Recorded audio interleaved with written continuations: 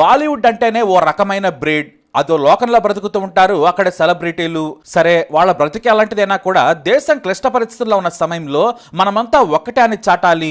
కానీ బాలీవుడ్ హీరోలు ఎక్కడ? అక్షయ్ కుమార్, రాజ్ కుమార్ రావు, కంగనా లాంటి వాళ్ళు దేశ ఆర్మీకి మద్దతు పలికారు. మేము మీ వెంటే ఉన్నామని చాటారు. ఆఖరికి పాకిస్తాన్లో పుట్టి భారత పౌరసత్వం తీసుకున్న అద్నాన్ సమీ సైతం జై హింద్ అంటూ ఆపరేషన్ సింధూర్కు జై కొట్టాడు. మరి ఖాన్లు ఎక్కడ? మొన్నటికి మొన్న మా సినిమాలు చుట్టం లేదు, మా మొహాలను జనం చీకొడుతున్నారని వేవ్స్ సదస్సులో ఏడ్చారు షారూక్, సల్మాన్, అమీర్ ఖాన్. కంటెంట్ ఉంటే జనమే చూస్తారన్న ఇంగిత జ్ఞానం లేకుండా మాట్లాడారు. ఒకప్పుడంటే ఏ ఎంటర్టైన్మెంట్ లేక ఈ దరిద్ర బాలీవుడ్ సినిమాలను చూశారు. ఎక్స్పోజింగ్లు విపరీతంగా చేసేశారు.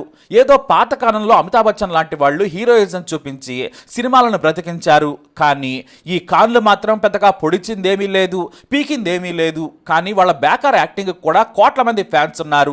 మరి ఆ ఫ్యాన్స్ కోసం దేశం కోసమైనా స్పందించాలి కదా. కానీ ఒక్కటంటే ఒక్క హీరో కూడా ఇంతవరకు దేశం కోసం స్పందించలేదు.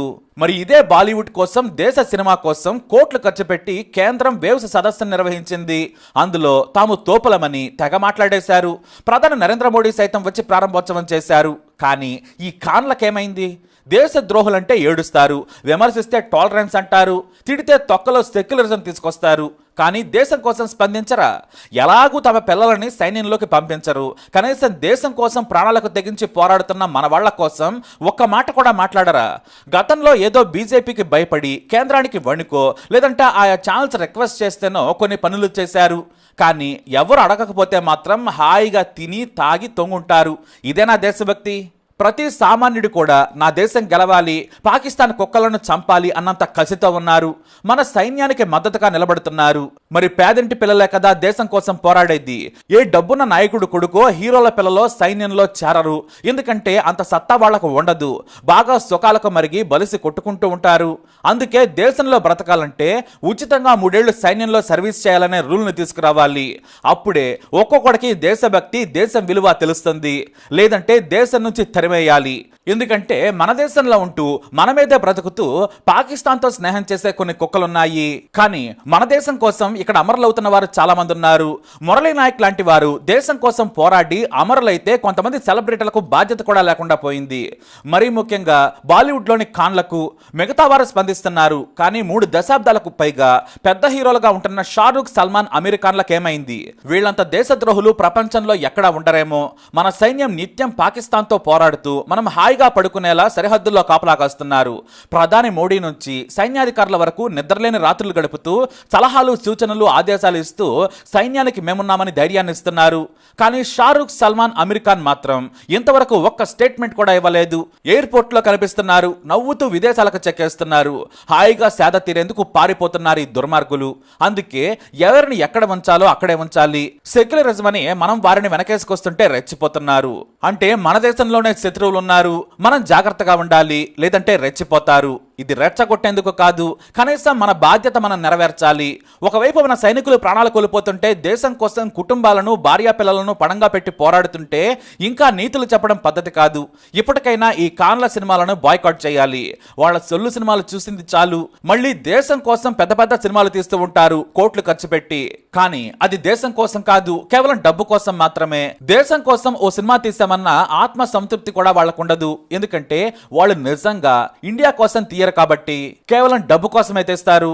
దేశ ద్రోహులను మనం ఒక కంట కనిపెట్టి ఉండాలంతే. దక్షిణాది హీరోలను చూసైనా బుద్ధి తెచ్చుకుంటారేమో చూడాలి. మరి ముందు ఉత్తరాది వాళ్ళు ఖాన్ సినిమాలను చూడొద్దు. స్టార్డంతో తెగ రెచ్చిపోతున్న ఎవరికైనా సరే సరైన జలకిస్తే తప్ప దారికి రారు. ఇప్పుడిప్పుడే చాలా మంది హీరోలు దేశం కోసం విరాళాలు కూడా ఇస్తున్నారు. విరాళం ఇచ్చినా ఇవ్వకపోయినా మిమ్మల్ని ఎవరు అడగరు. కానీ స్పందించాల్సిన బాధ్యత మాత్రం మీకుంది. ఇలాంటి యుద్ధ సమయంలో తన బాధ్యతగా ఇండియన్ ఆర్మీకి విరాళం ప్రకటించారు హీరో విజయ్ దేవరకొండ. రాబోయే కొన్ని వారాల పాటు తన క్లాత్ బ్రాండింగ్, రౌడీ వేర్ అమ్మకాల్లో వచ్చే లాభాల్లోని కొంత వాటాను భారత సైన్యానికి విరాళం ఇవ్వబోతున్నట్లు ప్రకటించారు. ఇక మన దేశం కోసం పోరాడుతున్న సైనికులకు అండగా నిలిచేందుకు సింగిల్ చిత్రం వసూళ్లలో కొంత భాగం విరాళం ఇవ్వనున్నట్టు నిర్మాత అల్లు అరవింద్ తెలియజేశారు. అలాగే ఓ నెల జీతాన్ని నేషనల్ డిఫెన్స్ ఫండ్ కు విరాళంగా ఇవ్వాలని నిర్ణయించుకున్నారు సీఎం రేవంత్ రెడ్డి. అలాగే సహచరులు, పార్టీ సభ్యులు, పౌరులు కూడా ఈ డ్రైవ్ లైవ్ లో చేరాలని కోరారు. దేశం కోసం అందరం ఐక్యంగా నిలబడాలని సీఎం రేవంత్ రెడ్డి పిలుపునిచ్చారు. వీరే కాదు, ఎంతో మంది చిన్నపిల్లలు సైతం మన ఆర్మీకి విరాళాలు ఇస్తున్నారు. పాకిస్తాన్ తో పోరాడుతున్న భారత సైన్యం సంక్షేమార్థం తిరుపతికి చెందిన దేశభక్తుడు కె జ్యోతికృష్ణ 5 లక్షల విరాళాలను అందజేశారు. తిరుపతిలోని NCC group quarters group commander colonel Satyender దాహియాకు శుక్రవారం విరాళం అందించారు. ఆయన దేశం కోసం పోరాడుతున్న సైనికుల్లో ఆత్మస్థైర్యాన్ని నింపడం కోసం తన వంతుగా తన వ్యాపారాల ద్వారా కష్టపడి ఆర్జించిన సొమ్ము నుంచి ఈ విరాళం అందజేశారు. ఆయన అది కూడా పిల్లలతో కలిసి. మనవంతు సాయంగా ఎవరికి తోచినంత వారు సాయం చేస్తే చాలు, చేయకపోయినా పర్వాలేదు, స్పందించాల్సిన అవసరం మాత్రం ఉంది. మరి ఇండియన్ ఆర్మీకి మనందరం సహకరిద్దాం. జై హింద్.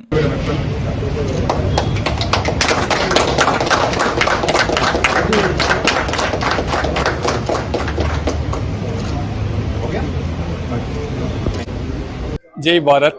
ప్రపంచంలోకెల్లా మన భారతదేశం సైన్య ఆర్మీ కానీ నేవీ కానీ అన్ని రంగాలు మన రక్షణ రంగాలంతా ప్రథమంగా ఉండాలా, మొట్టమొదటి స్థానంలో ఉండాలని నా కళ. ఈరోజు మన దేశం ఎదుర్కొంటున్న సవాళ్ళలో ఉగ్రవాదం ఒకటి.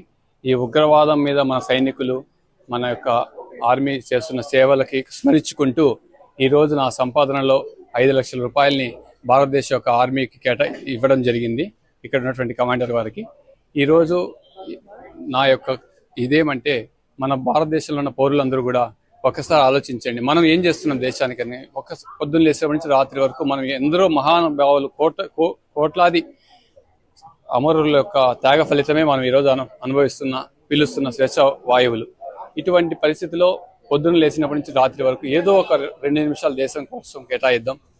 దేశం యొక్క అమరవీరులను స్మరించుకుంటూ మనం మన వంతుగా దేశానికి ఒక మొక్క నాటడం అయితేనేమి, మన పరిసరాలను పరిశుభ్రంగా ఉంచుకోవడం అయితేనేమి, మన యొక్క ప్రధాని నరేంద్ర మోడీ గారు, మన సీఎం చంద్రబాబు నాయుడు గారు పిలుపుని అందుకుని మన రాష్ట్రాన్ని, మన దేశాన్ని ఒక దేశం కోసం, మన రాష్ట్రం కోసం కొంత సమయాన్ని కేటాయించాలనేది నా యొక్క కోరిక.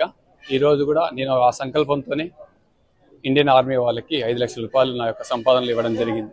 నా పేరు జ్యోతికృష్ణ, తిరుపతి, మంగళం. జై హింద్. पहलगांव में जो हुआ वो किसी और के साथ नहीं, हमारे साथ हुआ है, हमारे लोगों के साथ हुआ है, हमारे देश के साथ हुआ है। सरकार जो भी कर रही है हमारी सुरक्षा के लिए कर रही है, तो चलिए देश का साथ देते हैं। मॉक ड्रिल हो, ट्रेनिंग हो, हिस्सा बनो, सीखो कि अगर मुसीबत आए तो हमें क्या करना चाहिए, हमारे अपनों को हम कैसे बचा सकते हैं। प्रोजेक्ट सिंदूर सिर्फ बातों का प्रोजेक्ट नहीं है, ये हमारा एक्शन है, हमारी ताकत है। देश हमारा है और देश की हिफाजत करना हमारी जिम्मेदारी है। जय हिंद।